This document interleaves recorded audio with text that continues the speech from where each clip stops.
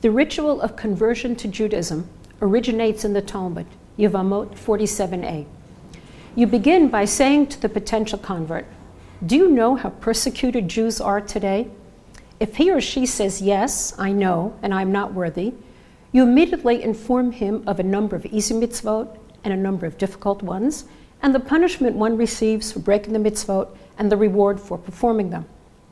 The Talmud comments, "Don't tell him too much or make very detailed demands, ein marbin alav ve'ein medakdekin alav." For men, circumcision follows and then immersion in a mikveh. For women, immersion in a mikveh. According to Shai Cohen, the older manner of conversion for men was just circumcision, no immersion. For a woman to become Jewish back then, all she had to do was marry a Jewish man. But there were women who wanted to convert independently of marriage, and so the rabbis instituted ritual immersion for women and also for men. The Talmud goes on to ask, what is the scriptural basis for not telling the convert too much or making detailed demands of him? The answer is a verse from the book of Ruth. But first, some context.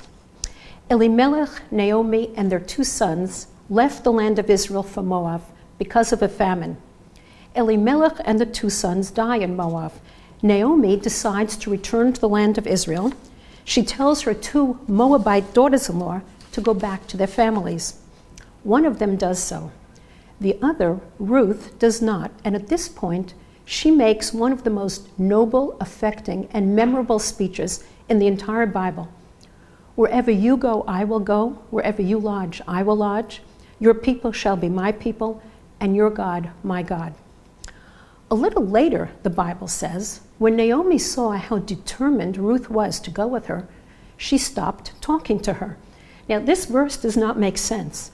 Why would Naomi stop talking to Ruth right after hearing Ruth's commitment to stay with Naomi?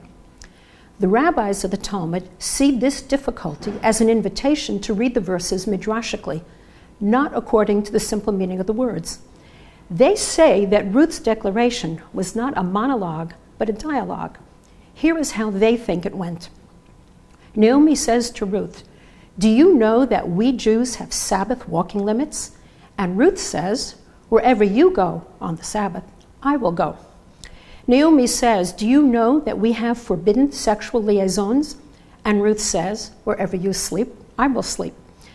Naomi says, "We Jews are commanded to follow 613 mitzvot," no details.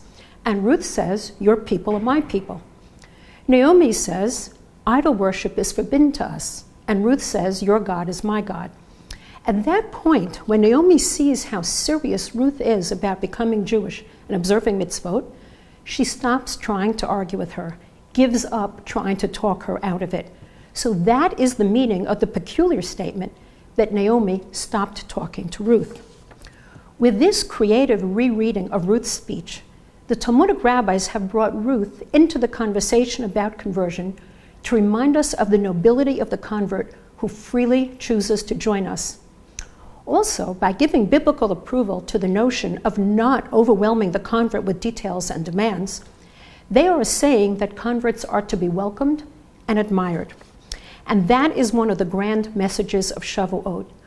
We all converted to Judaism at the foot of Mount Sinai thousands of years ago. As for converts who more recently made the difficult decision to break from their families, let us become their new family. The book of Vayikra says, "V'ahavta lo kamocha," love the convert as yourself.